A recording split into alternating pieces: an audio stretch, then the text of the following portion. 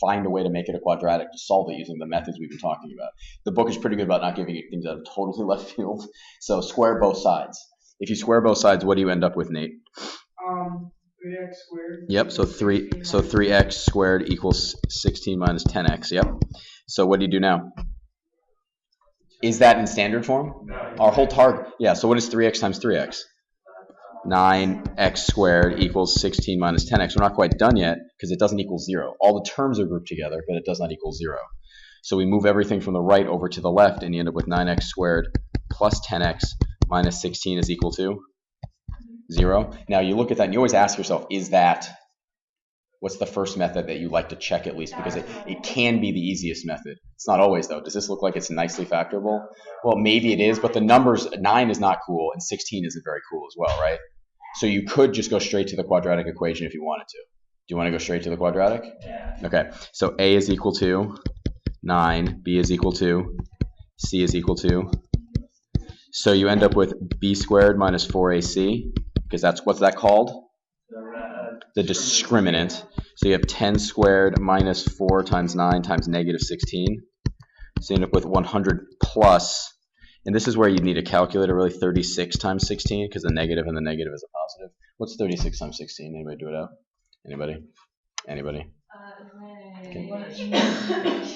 Okay, so once again, you could do this substitution. They're kind of setting you up because you should kind of see that. But could you multiply it out? You could. Just be careful. I would say the hardest step right here is going from here to here. You have to test it out.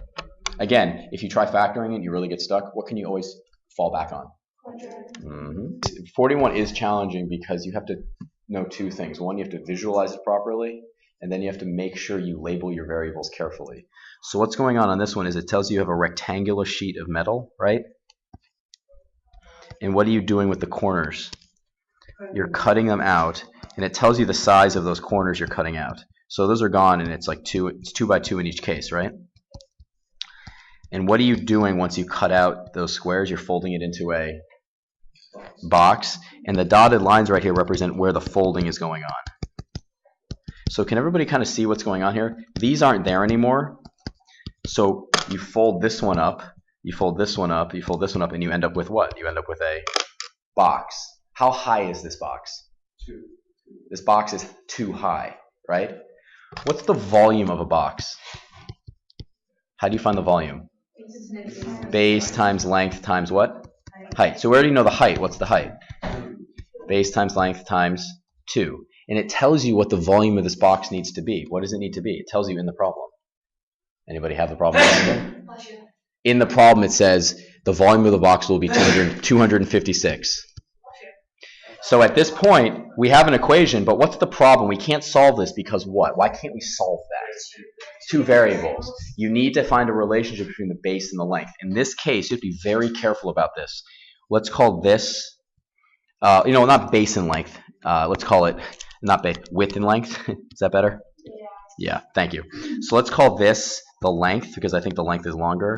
And this one right here, let's call the width.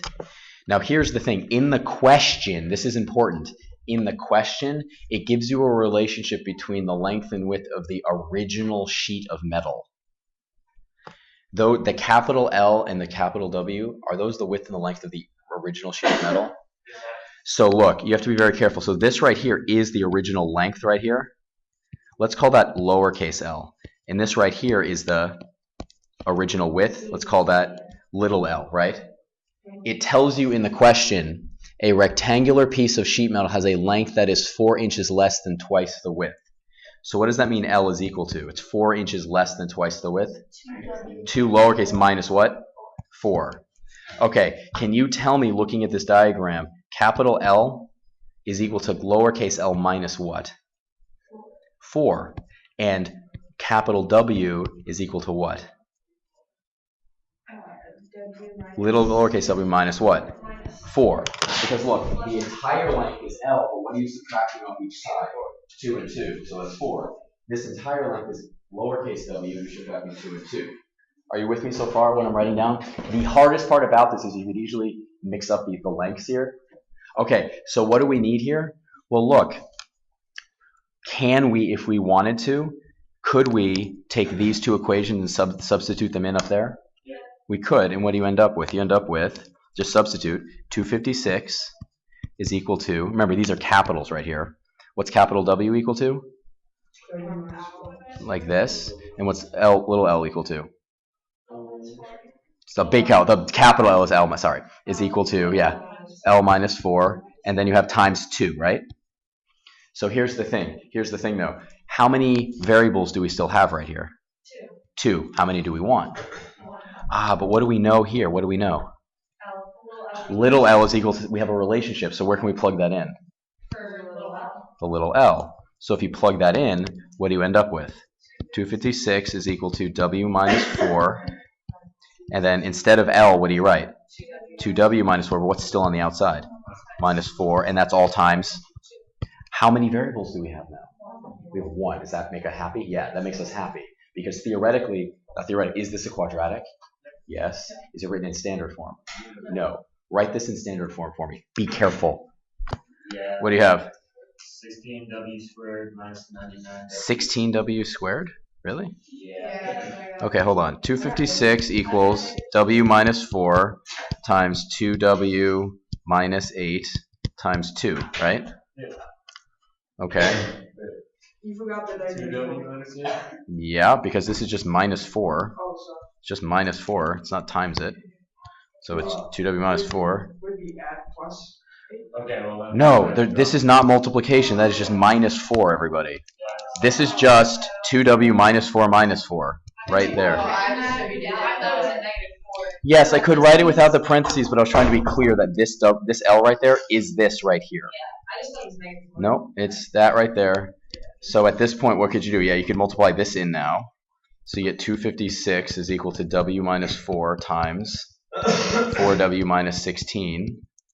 But now you have to, don't say FOIL because it's not always applicable. Use the word distribute. Distribute. So what do you get? 256 is equal to 4W squared minus 16W plus 16W. Does everybody see that right there? Mm-hmm. So you have 4W squared minus 16W. Oh, it's not, and it's minus 16, sorry. Minus 16W. What's negative 4 times negative 16? Oh, come on. Plus 64.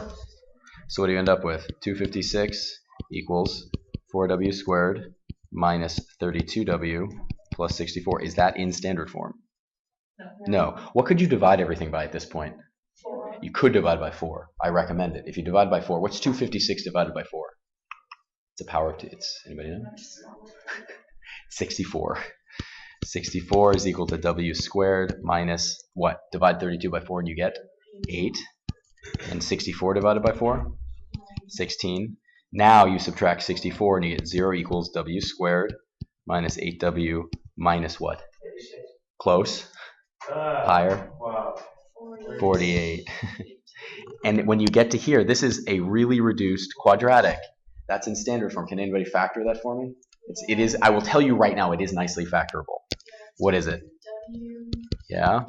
It's going to be 2 W's, right? It's going to be minus some. Okay, minus what? Minus? 6 plus 8. No, close. Plus 12 minus 4. Close. No, minus 12 plus 4. Yes, it's going to be minus 12 and plus 4. Because negative 12 times 4 is negative 48.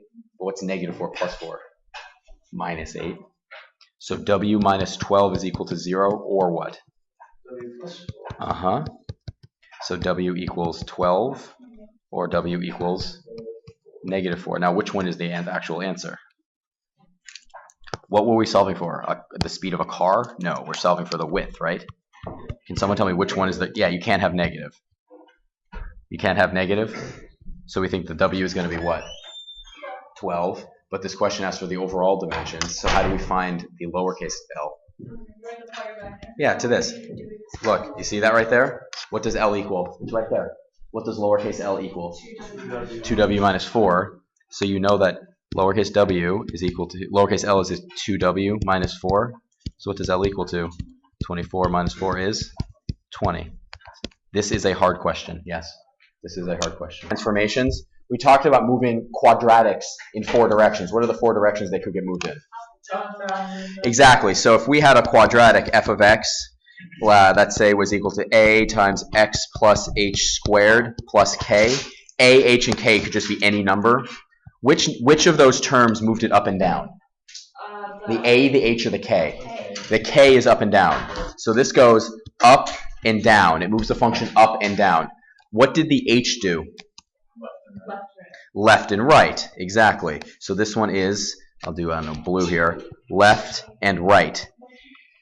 K, if k was positive, did the function move up or down? Up. If k is positive, it goes up. Right. Oh, I'll make that blue, sorry. Wrong color, red. And if it's negative, it goes down. What was true about h, though? It was the opposite. So left meant what?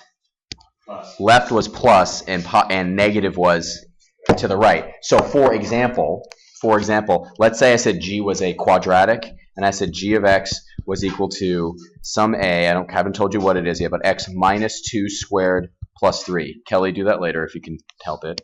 Can you tell me what, if I started with just x squared, if I started with just the graph of x squared, what are the two shifts that we'd have to do? Up 3, right. Up 3 and what? Right 2. Because it's this number is inside the parentheses, so it's the opposite of what you think. So left, right, up, and down, they don't change the shape of the quadratic. What's the base quadratic? 1, 1. Yeah, it's what's that point called right there? Vertex. The vertex. It's the lowest point or the highest, but in this case, so this right here is, and it's not straight, that's y equals what? X squared. So if I wanted to get to this right here, x minus 2 squared plus 3, we move the whole thing right 2 and up 3. So each of these points, so this point right here would go right 3 over to here, and then up how much? Oh, sorry, right 2, and then up how much? 3. I'm going to write this over here. And up 3. So the new vertex is right here. So this point right here has gone right 2 and up 3. Is everybody with me so far? Mm-hmm. So the points would be kind of like this instead.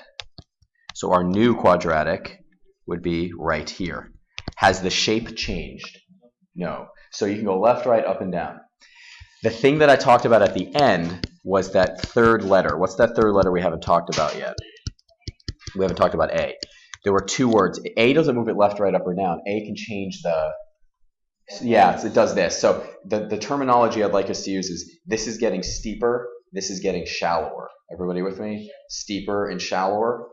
So if A, let's say A was 2. So let's say I had g of x was equal to 2x squared.